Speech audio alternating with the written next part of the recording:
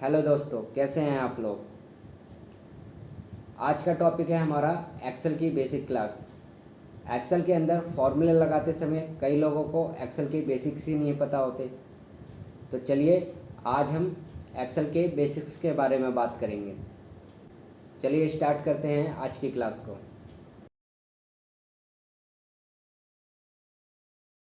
Excel जो है एक डाटाबेस सॉफ्टवेयर है जिसके ऊपर हम डाटा एंट्री का काम करते हैं, जिसमें कि हमें एक टेबल दी हुई होती है और किसी भी टेबल के अंदर चार चीज़ें होती है: कॉलम, रो, सेल और एक्टिव सेल। कॉलम क्या होते हैं, रो क्या होते हैं, सेल क्या होते हैं, एक्टिव सेल्स किसे कहते हैं। हमारे एक्सेल सीट के अंदर टोटल कॉलम की संख्या कितनी होती है, टोटल रो कितनी होती हैं, टोटल सेल्स कितने होते हैं। चलिए आइए देखते हैं और इस शीट पे हम कैसे काम करते हैं। यह हमारे पास एक्सेल की शीट दी हुई है जिसमें कि एक टेबल बनी हुई होती है। इसमें कॉलम, रो और सेल्स होते हैं। हमें ये देखना है कि हमारे पास कौन से कॉलम हैं, कौन से रो हैं और कौन से सेल्स हैं। जो वर्टिकल केस में आपके पास यहाँ पे दिए हुए हैं इनको हम कॉलम कहते हैं, जो कि अल्फ़ाबेट के नाम से हाईलाइट किए गए हैं। अगर हमें अपनी शीट में टोटल ये देखना है कि हमारी शीट में टोटल कॉलम्स कितने होते हैं, तो आपको कीबोर्ड से कंट्रोल के साथ राइट एरो बटन प्रेस करना है। तो आप सबसे लास्ट कॉलम पे पहुंच जाएंगे। XFD टोटल कॉलम की संख्या होती है एक्सेल के अंदर। कंट्रोल के साथ लेफ़्ट एरो प्रेस करते हैं तो आप A नंबर कॉलम पे आ जाएंगे। ऐसे ही साइड में आपको रो के नाम दिए हुए हैं 1 2 3 4 5 6। कंट्रोल के साथ आप डाउन एरो प्रेस करते हैं तो आप सबसे लास्ट रो पे पहुंच जाते हैं। 10,48,576 रो की संख्या होती है। ऐसे ही कंट्रोल के साथ आप अप एरो प्रेस करते हैं तो सबसे पहले नंबर आप रो पे पहुंच जाते हैं। ये हो गई कॉलम की संख्या और रो की संख्या। जब कॉलम और रो आपस में कनेक्ट होते हैं तब आपका एक सेल बनता है। जब हमारी शीट में कॉलम का नाम दिया हुआ है, रो का नाम दिया है, तो जाहिर सी बात है सेल का भी नाम होगा। जैसे कि अभी जिस कॉलम पे मैं हूँ इस कॉलम का नाम है D7, क्योंकि ये D वाले कॉलम में हाईलाइट हो रहा है और 7 वाली रो में हाईलाइट हो रहा है। जैसे कि अगर मैं यहाँ पे क्लिक करूँ तो इस सेल का नाम है E2। यहाँ पे क्लिक करूँ तो इस सेल का नाम है B8। हमारे एक्सेल शीट के ऊपर एक नेम बार दिया होता है जिसमें सबसे पहला ऑप्शन है नेम बॉक्स का। यहाँ पे आपको इस सेल का नाम दिख रहा होगा B8। इसके बगल में ही एक और ऑप्शन दिया होता है, ये होता है आपका फार्मूला बार। जो भी हम एक्सेल के अंदर फार्मूला लगाते हैं, जिस भी सेल में हम फार्मूला लगाते हैं इसी के अंदर वो आपको शो करेगा। आइए अब देखते हैं इसमें हम वर्क कैसे करते हैं। जैसे मैंने आपको कॉलम बता दिए, रो बता दिए, सेल बता दिए। जिस सेल के ऊपर आपको ये ब्लैक बॉक्स दिख रहा है ये हमारा एक्टिव सेल है, यानी अगर हम कुछ भी टाइप करते हैं तो इसी के अंदर टाइप होगा। जिस सेल पे ये ब्लैक बॉक्स पहुंच जाता है वो सेल हमारा लिखने के लिए एक्टिव हो जाता है। अब हम देखते हैं कि एक्सेल के अंदर हम वर्क कैसे करते हैं। अगर एक्सेल के अंदर हमें कुछ भी टाइप करना होता है तो हम लिखते हैं और लिखने के बाद नेक्स्ट सेल पे मूव करने के लिए हम टेबल में टैब का बटन यूज़ करते हैं। जैसे हम टैब प्रेस करेंगे तो नेक्स्ट कॉलम यानी नेक्स्ट सेल की तरफ ये मूव होना स्टार्ट कर देगा। हम टैब दबाते जाएंगे और इसमें टाइप करते जाएंगे ऐसे। लेकिन अब अगर हमें नीचे की तरफ लिखना हो तो उसके लिए हम एंटर प्रेस करेंगे। हमने लिखा और लिखने का जैसे ही एंटर प्रेस करेंगे ये नेक्स्ट सेल यानी नीचे की तरफ मूव करता जाएगा। अब मान लीजिए मेरे को अपनी एक्सेल शीट के ऊपर 2000 तक 10,000 तक गिनतियाँ लिखनी है, तो अगर मैं एक एक करके ऐसे टाइप करने बैठूँगा तो बहुत समय लग जाएगा।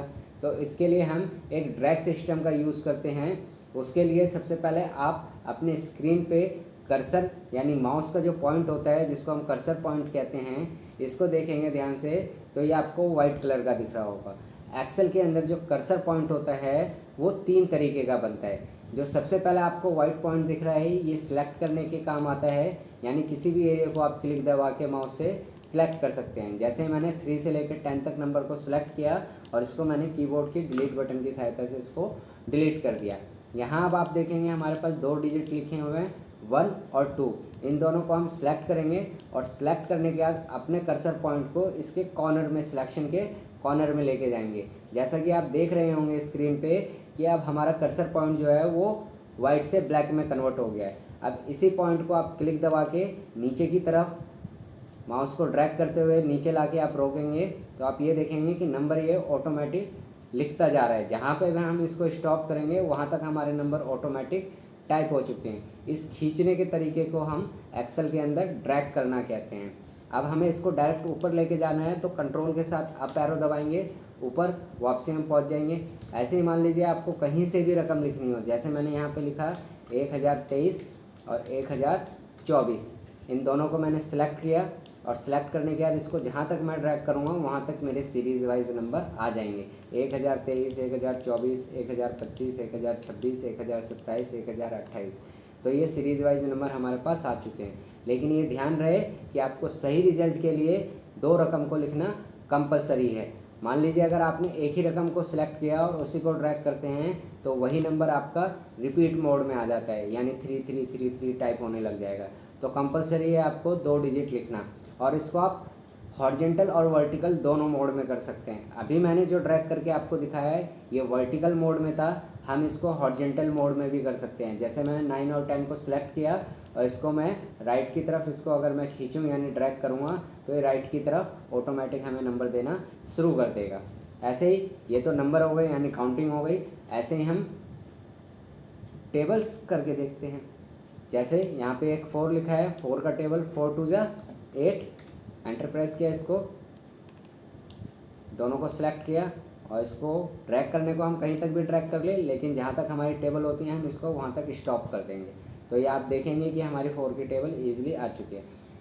ऐसे ही आप कोई भी रकम की टेबल बना सकते हैं। जैसे एग्जांपल के तौर पे मैंने यहाँ पे एक रकम लिखा 46, 46 का डबल कितना होगा 92, राइट, बिल्कुल। इन दोनों को सिलेक्ट करते हैं और इसको हम ड्रैग कर देते हैं। तो ये आप देखेंगे ईजिली आप किसी भी रकम की, किसी भी नंबर की टेबल को आप बना सकते हैं। चाहे वो टेबल आपको याद हो ना हो, आपको 2 डिजिट लिखना कंपलसरी है। 2 डिजिट लिखें और उसको ड्रैग करें, आपकी टेबल रेडी। एक बात और यहाँ नोटिस करने वाली, अब जैसे यहाँ हमारे पास एक 5 लिखा है, हम 5 की टेबल क्रिएट करते हैं। 5 2 जा 10, मैंने यहाँ पे लिखा 12। अब ये देखिए 5 और 12 के बीच में कितने डिजिट का डिफरेंस हो गया, 7 डिजिट का। जब हम ऐसे नंबर्स वाले सीक्वेंस को सिलेक्ट करके ड्रैग करते हैं तो हमारी जो टेबल बनती है वो भी उतने ही की डिफरेंस की बनेगी जितना 2 रकमों के बीच में था। जैसे 5 + 7 12, 12 + 7 19, 19 + 7 26। तो 2 डिजिट के बीच जितने नंबर का डिफरेंस होगा आपकी टेबल भी उतने ही डिफरेंस की बनती चली जाएगी। ये तो हो गई नंबर की बात। अब आते हैं टैक्स पे कैसे काम करते हैं। संडे मंडे जनवरी फरवरी तो आपको आते ही होंगे। यहाँ हमने संडे लिखा SUN,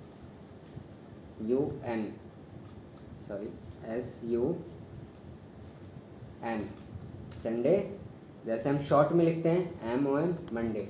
इन दोनों को सिलेक्ट किया हमने और सिलेक्ट करके इसको हमने ड्रैग कर दिया। Sunday Monday Tuesday Wednesday Friday Saturday series wise आ गए हमारी ये चीज़ें। ऐसे ही आप जनवरी फरवरी भी लिख सकते हैं। ये ध्यान रहे कि इसमें आप चाहे तो इसको शॉर्ट टर्म में भी लिख सकते हैं, चाहे तो आप लॉन्ग टर्म में भी लिख सकते हैं। जैसे मैं आपको जनवरी फरवरी लिख के दिखा दूँ, JANUARY, फरवरी FEBRUERY। अब आपको लग रहा होगा मैंने तो फरवरी की स्पेलिंग गलत लिखी। मैंने आपको जैसे पहले ही बताया कि अगर आप गलत डाटा इनपुट करते हैं तो आपको रिज़ल्ट भी गलत ही मिलेगा। जैसे अगर आप इन दोनों को सिलेक्ट करके अगर ड्रैग करेंगे तो आपका जो रिज़ल्ट आएगा वो गलत आएगा। देखिए कैसे आए, जनवरी फरवरी मार्च फरवरी अप्रैल फरवरी मई, तो ये रिज़ल्ट हमारे पास गलत आ रहा है। कई जगह आपको फरवरी की स्पेलिंग गलत दिखाई दे रही होगी। तो यहाँ पे हम फरवरी की स्पेलिंग को सुधारते हैं, FEBRUARY। अब हमने ये 2 जनवरी और फरवरी की स्पेलिंग को ठीक कर दिया है, इन दोनों को सिलेक्ट कर दिया और इसी के ऊपर ओवर यानी इसी के ऊपर हम ड्रैग कर देंगे। अब यहाँ पे आप देखेंगे हमारी जनवरी फरवरी बिल्कुल सीक्वेंस में बिल्कुल राइट तरीके से आ चुकी है। जनवरी फरवरी मार्च अप्रैल मई जून जुलाई अगस्त सितंबर अक्टूबर नवंबर दिसंबर। तो ऐसे आप किसी भी चीज़ को ड्रैग कर सकते हैं, जिस भी चीज़ को आप सीक्वेंस में लिख सकते हैं, या एक्सेल में आप उसको भी सीक्वेंस में लिख सकते हैं। अब मान लीजिए यहाँ पे मैं अगर नंबर लिख रहा हूँ, मेरे को 1 से लेके 100 तक काउंटिंग लिखनी है तो उसको फास्ट कैसे लिख सकते हैं। पहले हमने 2 डिजिट टाइप किया 1 2, फिर अगली लाइन में 11 12, इन चारों को सिलेक्ट करेंगे। चारों को सिलेक्ट करने के बाद पहले हम इसको हॉरिजॉन्टल मोड में ड्रैग करेंगे 91 वाली लाइन तक, लाइक दिस। अब इसको हम सिलेक्ट ही करके वर्टिकल मोड में नीचे की तरफ 10 तक ले जाएंगे। लीजिए 100 तक हमारी काउंटिंग तैयार। तो ये एक्सेल के कुछ बेसिक्स थे जिसमें आपको कॉलम पता चल गए, रो पता चल गए, सेल्स पता चल गए, ट्रैक कैसे करते हैं ये पता चल गए। मैंने आपको एक्सेल के 2 कर्सर पॉइंट के बारे में बताया, एक जिससे आप सिलेक्ट करते हैं, दूसरा जिससे आप ट्रैक करते हैं, और तीसरा सिलेक्शन पॉइंट होता है कि अगर आपने किसी एरिया को सिलेक्ट किया है, सिलेक्ट करने के बाद इसके चारों तरफ जो ब्लैक कलर का बॉर्डर बनता है, अगर आप अपने कर्सर को इस पर लेके जाते हैं तो आपको एरो वाला प्लस नज़र आता है। इस प्लस को पकड़ के आप जैसे इस एरिया को उठा के कहीं दूसरी जगह मूव करेंगे, ये दूसरी जगह शिफ्ट कर देगा। हम किसी भी डाटा को इधर से उधर शिफ्ट करने के लिए या तो कॉपी पेस्ट का इस्तेमाल करते हैं या कट पेस्ट का इस्तेमाल करते हैं, उसमें 2 बटनों का यूज़ हो रहा है। लेकिन यहाँ पे हम किसी भी डाटा को पूरा का पूरा सिलेक्ट करके दूसरे सेल में शिफ्ट कर सकते हैं बिना कॉपी पेस्ट या कट पेस्ट किए हुए। आशा करता हूँ आपको ये क्लास समझ आई होगी, आपको टेबल के बारे में अच्छी तरीके से समझ में आया होगा। ऐसी ही अच्छी और बढ़िया वीडियो देखने के लिए हमारे चैनल को सब्सक्राइब करें और बेल आइकन को क्लिक कर लें ताकि ऐसी अच्छी वीडियो मैं आपके लिए लाता रहूं। Thank you.